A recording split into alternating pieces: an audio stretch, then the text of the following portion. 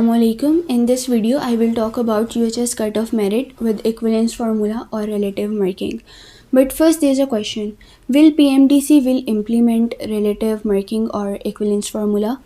Answer is कि PMDC की जो policies हैं वो change होती रहती हैं. 2024 में भी फर्स्ट मेरिट लिस्ट से 3 days पहले कोर्ट ऑर्डर आया था और पॉलिसीज़ चेंज हुई थी. इसी तरह 2021 में भी हो चुका है. So till last there is a chance that PMDC can change its policy. और वैसे भी अगर हम देखें तो 2024 में MD CAT का जो टेस्ट था वो 200 मार्क्स का था और 2025 में ये 180 मार्क्स का था.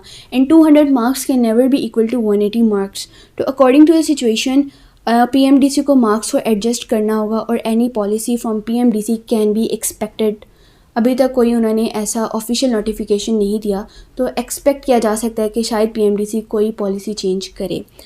Now let's see the cut off merit without equivalence formula और रिलेटिव मार्किंग.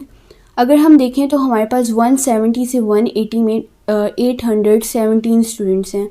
और अगर हम कंसीडर करें कि हमारे पास रिलेटिव मार्किंग और एक्विवेलेंस फार्मूला के बाद 500 रिपीटर सीट सिक्योर कर लेते हैं तो हमारे पास 1317 अप्रॉक्सीमेटली सीट्स जो होंगी वो फिल हो जाती हैं.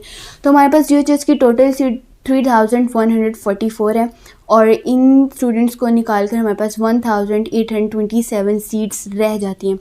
अब हमारे पास ये जो जोन है 160 से 69 वाला जिसमें 5955 स्टूडेंट है, ये वो स्टूडेंट होंगे जो इन सीट्स को फिल करेंगे.